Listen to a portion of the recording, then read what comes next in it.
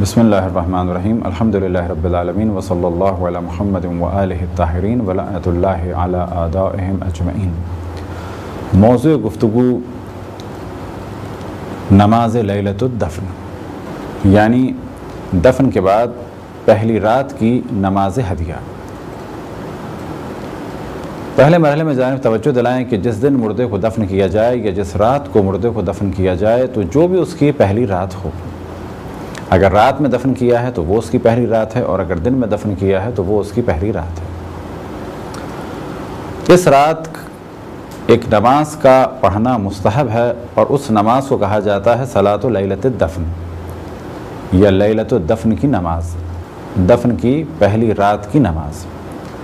اسی نماز کا ایک اور نام بھی ہے، اور وہ ہے نماز وحشت۔ البتہ یہاں وحشت سے مراد ہے کہ تنہائی میں جو گھبراہٹ ہوتی ہے اور دنیا سے جانے کے بعد تو مومنین کی جانب سے ایک ہدیہ بھیجا جائے جس سے وہاں کی تنہائی دور ہو اور مشکلات کم ہوں۔ بعض جہلہ ہمارے معاشرے میں اس قسم کی باتیں کر رہے ہیں کہ ہمارے لیے نماز وحشت نہ پڑھی جائے، اور وجہ یہ بیان کرتے ہیں کہ پہلی رات تو معصومین علیہ السلام تشریف لائیں گے۔ تو پہلا جواب یہ ہے اس قسم کے سوالات کا یا اعتراضات کا کہ بلا شک وہ تشریف لائیں گے، لیکن پہلے اپنی بھی کیفیت کو واضح رکھو کہ ان کا آنا تمہارے لیے خوشی کا سبب ہوگا، یعنی واقعاً تم مومن واقعی ہو، یا ان کا آنا تمہارے لیے ایک رنج کا سبب ہوگا، کیونکہ مومنین کے لیے ان کا آنا مومنین کی خوشی کا سبب ہوگا، اور منافق کے لیے اور کافر کے لیے معصومین کا آنا اس کے لیے مشکل کا سبب ہوگا۔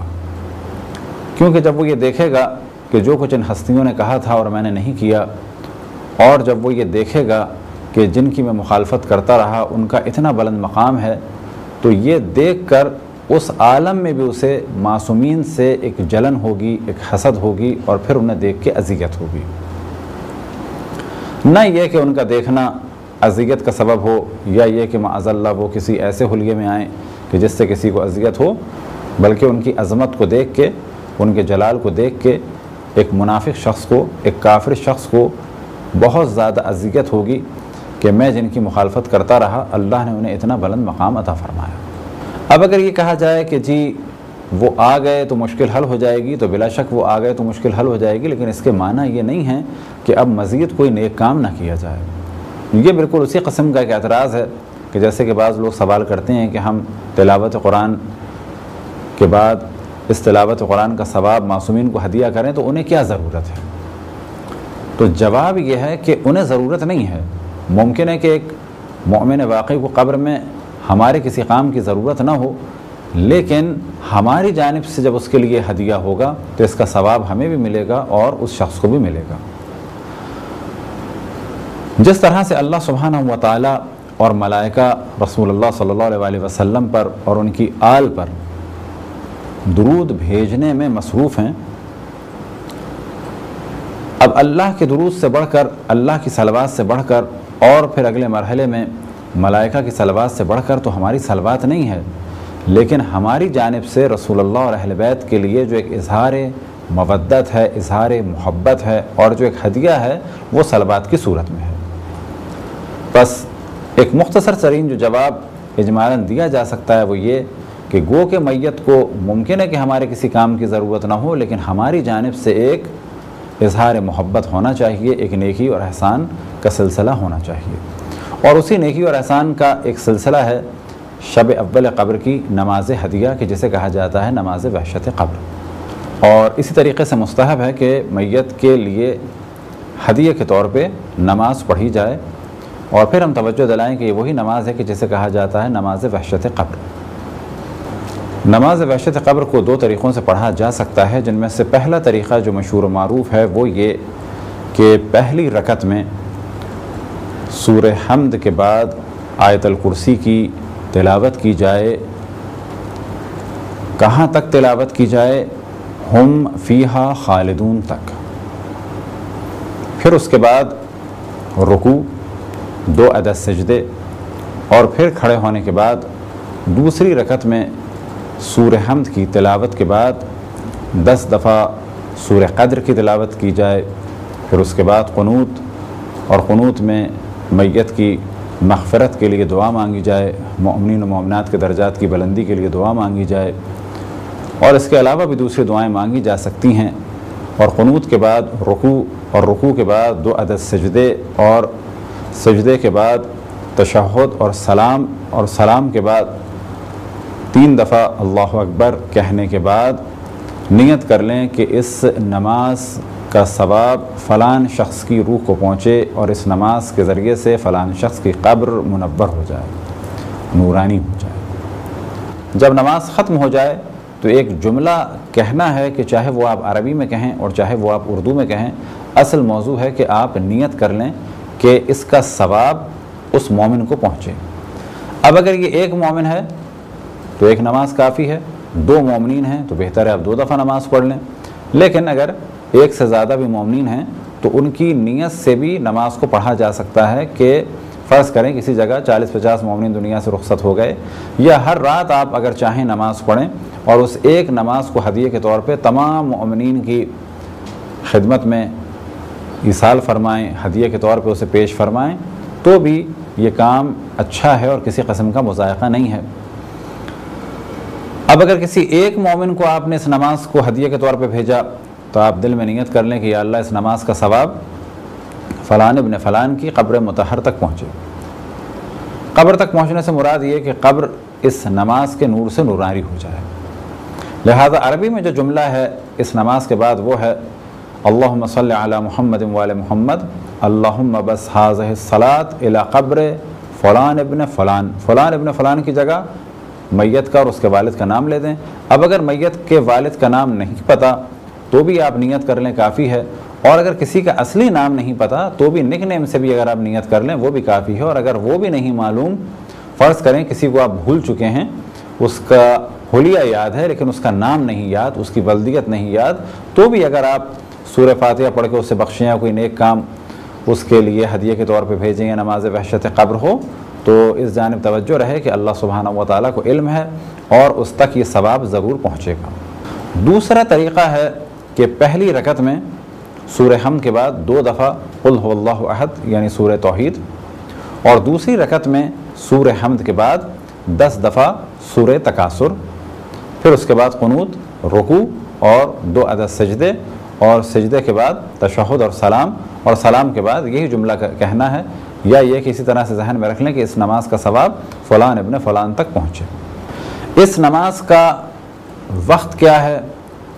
تو اتنی بات تو واضح ہو گئی اس کے نام سے ہی کہ یہ لیلۃ الدفن کی نماز ہے، یعنی جس رات دفن کیا جائے یا جو دفن ہونے والے کی پہلی رات ہو، پہلی رات کی یہ نماز ہے۔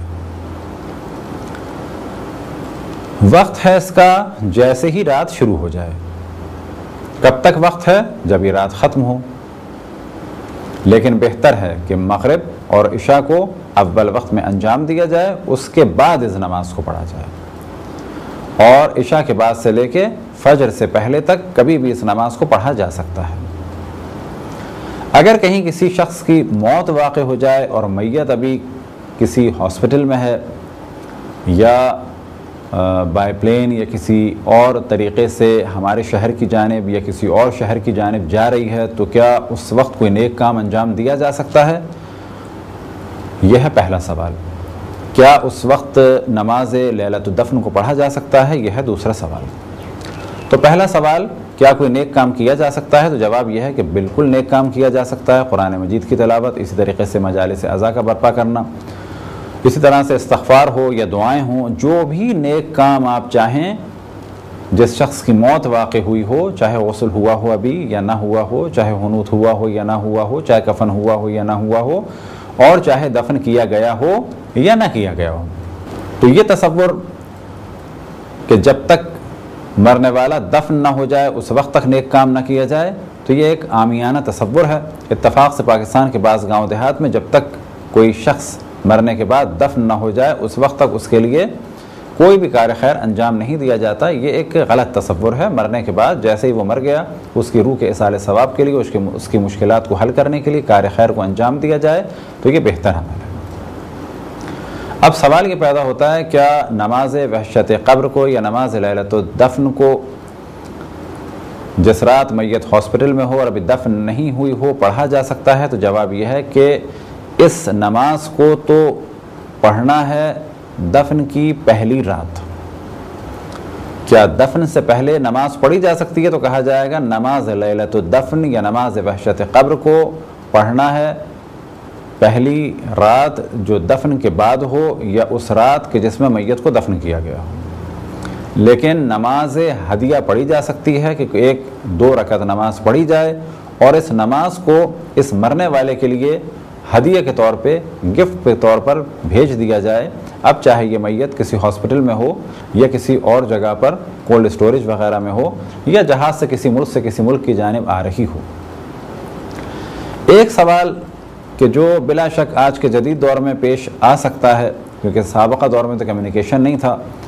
آج اگر آپ کو پتہ چلا کہ امریکہ میں، اور یہ سوال مخصوصاً اس وقت پیش آئے گا کہ جب کسی ایسی جگہ مرنے والے کا انتقال ہوا ہے کہ وہاں کی رات اور جہاں ہم ہیں وہاں کی رات مشترک نہ ہو، تو ایسی جگہ بہتر یہ ہے کہ جب وہاں رات ہو ایک نماز اس وقت پڑھ دیں، کیونکہ در حقیقت یہ مردے کے دفن ہونے کے بعد پہلی رات کے لیے نماز ہے.